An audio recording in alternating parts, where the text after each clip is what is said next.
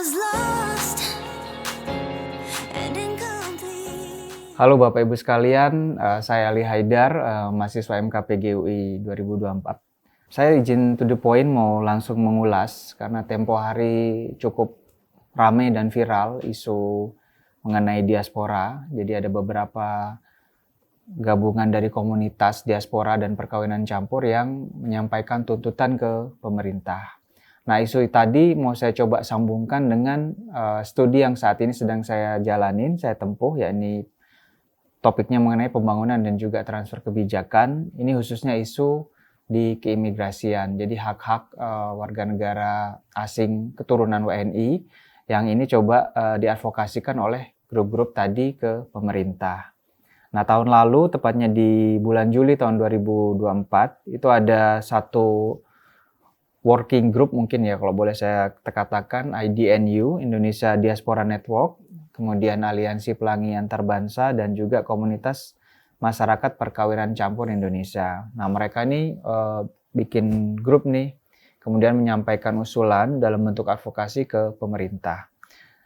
Nah, working group ini sebenarnya merupakan inisiatif salah satu komunitas diaspora tadi. Jadi mereka membawa latar belakang masalah tuh diaspora di dalam negeri. Jadi sebenarnya kan keluarga perkawinan campur ini kan sudah diakui keberadaannya oleh Undang-Undang Perkawinan Nomor 1 Tahun 1974 dan juga Undang-Undang Kewarganegaraan Nomor 12 Tahun 2006, dan di mana yang menjadi keberatan atau objection mereka itu praktek hak-hak dasar keluarga perkawinan campur tuh belum sepenuhnya terpenuhi sebagaimana halnya keluarga Indonesia pada umumnya. Jadi misalnya kalau di sektor saya nih ketenagakerjaan, jadi hak bekerja untuk pasangan dan anak itu masih belum terpenuhi secara atau belum terfasilitasi secara kebutuhan keluarga yang nggak sepenuhnya sejalan dengan Undang-Undang Nomor 6 Tahun 2011 tentang keimigrasian, khususnya di pasal 61, di mana di sana dinyatakan bahwa warga negara asing yang keturunan maupun ini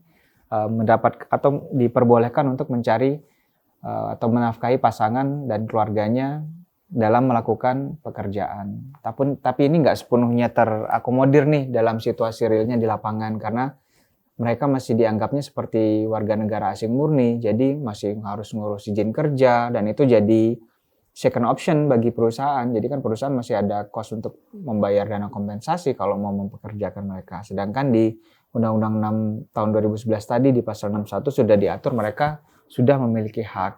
Nah, ini mungkin ada beberapa regulasi yang belum memfasilitasi, misalnya diaturlah sektor-sektor apa saja yang boleh dijalani oleh diaspora dan itu tidak memerlukan izin kerja. Namun saat ini kan regulasi yang ada, ketentuan peraturan perundang-undangan belum sepenuhnya mengatur detail mengenai itu. Belum ada klausul apa-apa.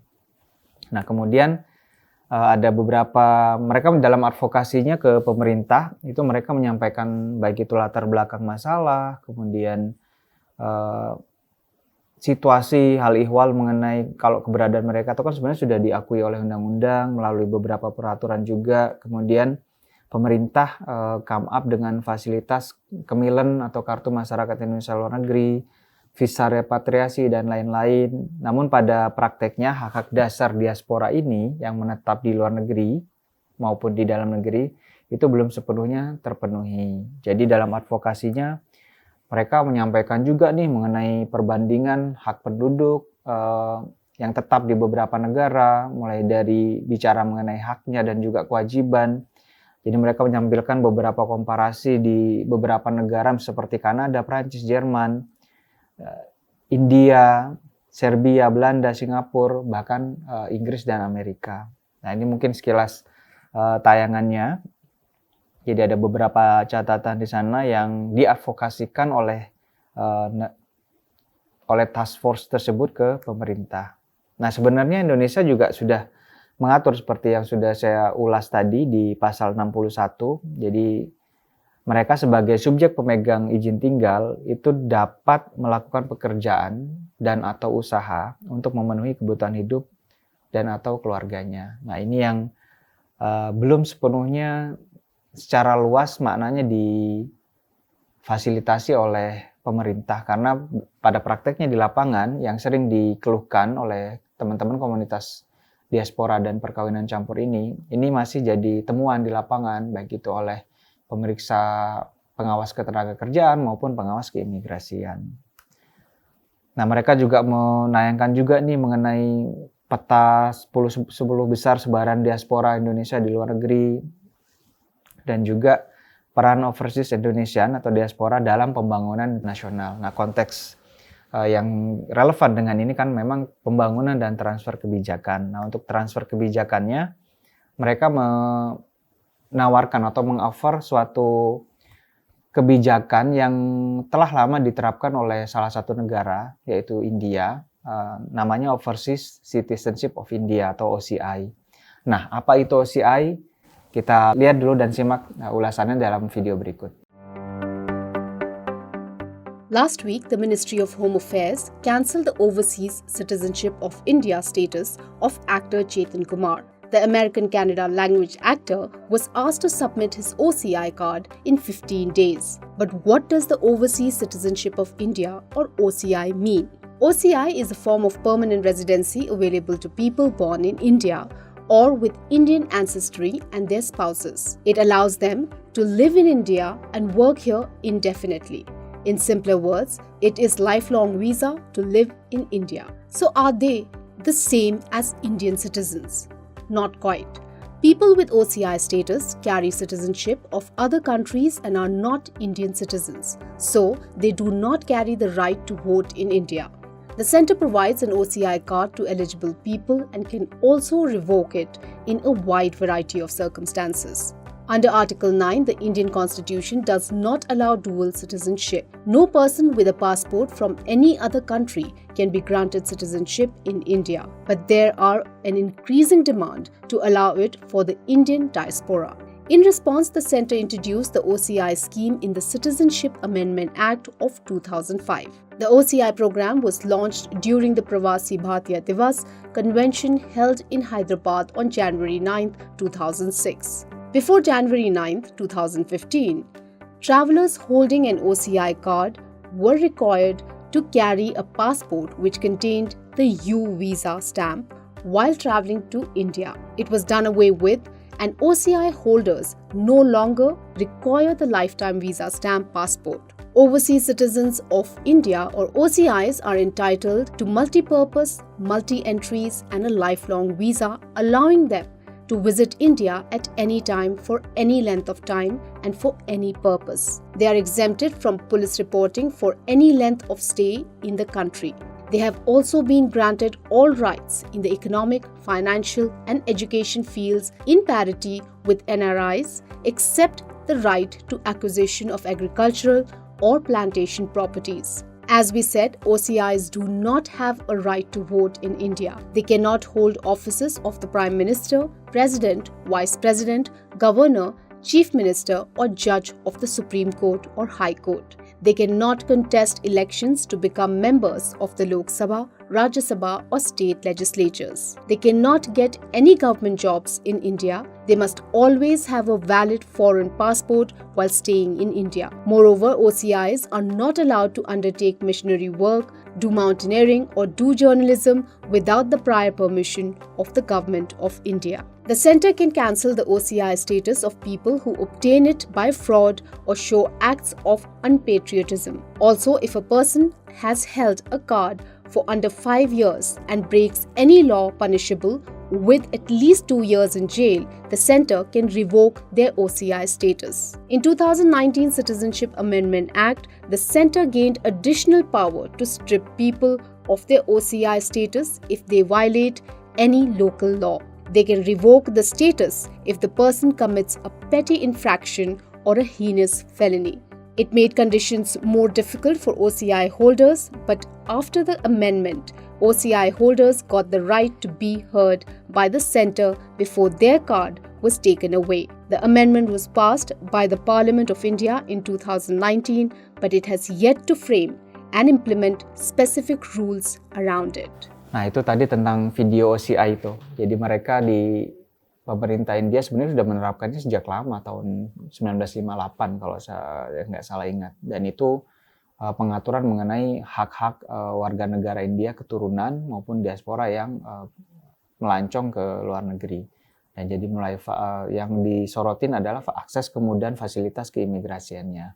Nah, pemerintah sendiri sebenarnya udah melakukan benchmarking ke India secara spesifik, sehingga pemerintah melalui Kementerian Hukum dan HAM kala itu tahun lalu mereka hadir dengan kebijakan layanan kemudahan keimigrasian bagi diaspora. Jadi ini kan hasil dari benchmarking dengan OCI itu tadi.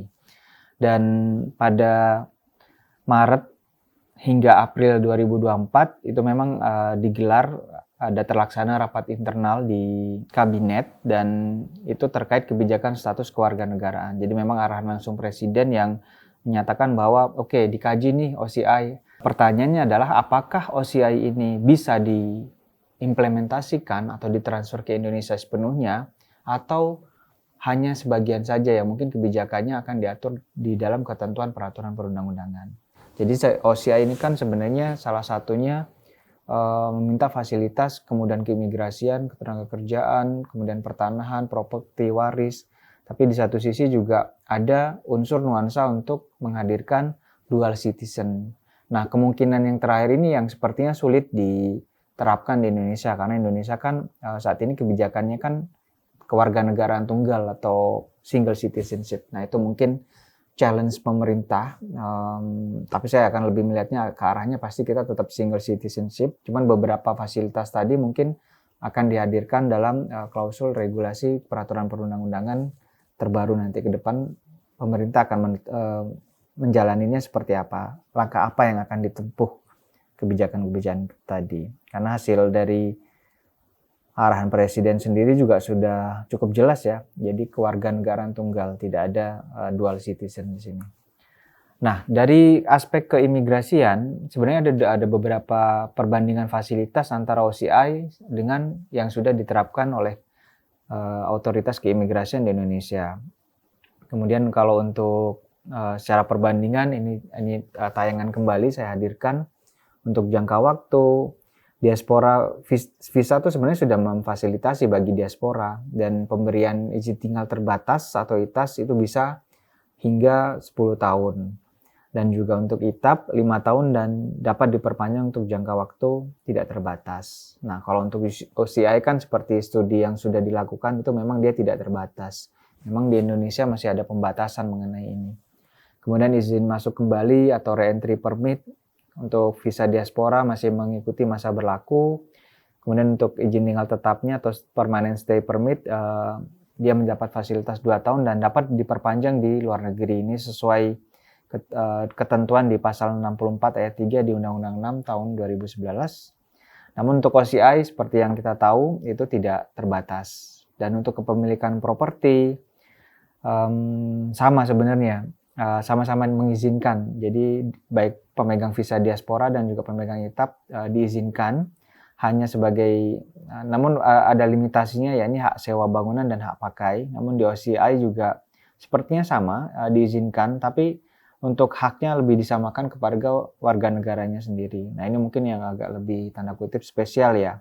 OCI lebih mengaturnya lebih luas. Kemudian hak politik sama-sama tidak diizinkan baik pemegang visa diaspora maupun OCI. Dan juga hak bekerja sebenarnya diizinkan, tapi untuk pemegang visa diaspora dan pemegang ITAP pasangan, dia tetap mengikuti ketentuan ketenagakerjaan bagi warga negara asing. Nah, ini yang mungkin perlu pengaturan khusus dari pemerintah. Adakah dalam hal ini Kementerian Pembinanya, Kementerian Tenaga mengatur sektor-sektor khusus, terutama yang informal itu tadi, untuk dapat memfasilitasi situasi tersebut. Karena di OCI sendiri kan sebenarnya diizinkan dan treatmentnya, haknya disamakan seperti warga negara India aslinya. Tapi kalau di Indonesia ini masih mengikuti hukum ketentuan yang berlaku di Undang-Undang Ketenagakerjaan. Nah, selanjutnya ini ada beberapa hasil studi perbandingan dari tim kajian Menko Polhukam. Jadi ada 6 aspek di sana: keimigrasian, ketenagakerjaan, pertanahan atau properti, perpajakan hingga pendidikan dan juga politik. Jadi di sana ada disebutkan hasil benchmarking dari tim kajian Menko Polhukam, karena saat itu tim benchmarkernya di-lead oleh tim dari Kemenko Polhukam.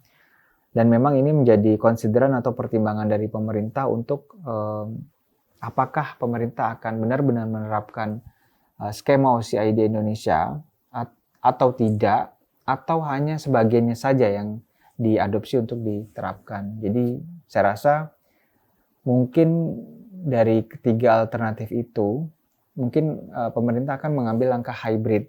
Jadi kalau saya boleh mengusulkan, ya mungkin selaku pemberi saran kepada pembuat kebijakan, ya mungkin ambil beberapa atau adopsi beberapa kebijakan yang itu bisa memfasilitasi atau tanda kutip menenangkan warga diaspora maupun masyarakat perkawinan campur di Indonesia. Jadi ada beberapa aspek di sana kalau kita lihat, ya mungkin supaya tidak bermaksud 50-50 ya. Jadi artinya pemerintah juga tetap memperhatikan sovereignty atau kedaulatan negara, namun di satu sisi karena ada tuntutan dari masyarakat perkawinan campur dan diaspora ini, jadi pemerintah sebaiknya juga hadir dengan kebijakan yang juga memberikan fasilitas di berbagai aspek gitu. Nah mungkin itu ulasan sedikit saya dalam saya create untuk memenuhi ujian akhir semester dalam bentuk tugas pembuatan video ini. Karena ada kaitannya juga dengan pembangunan dan juga transfer kebijakan. Nah, ini mungkin saya menyampaikan apresiasi dan terima kasih juga atas bimbingannya selama ini, selama perkuliahan kepada Pak Visnu Juwono, kemudian Pak Reza Fatur Rahman, serta Prof. Nur Sadik. Atas bimbingan dan arahan Bapak, kami menyampaikan terima kasih Pak. Insya Allah penyampaian, kemudian pengetahuan informasi yang disampaikan, yang ditularkan kepada kami di kelas bermanfaat di kehidupan nyata. La la la la la la la, santai saja Pak, santai saja, duduk dulu Pak, lepas lelah. Hari sudah semakin senja, bersantailah lepas kerja, takkan dia lari. Si esok hari kopi dulu Pak, santai saja, pisang goreng Pak, gula Jawa. Matahari telah berjanji, dia akan datang esok pagi. Tersenyumlah, santai saja.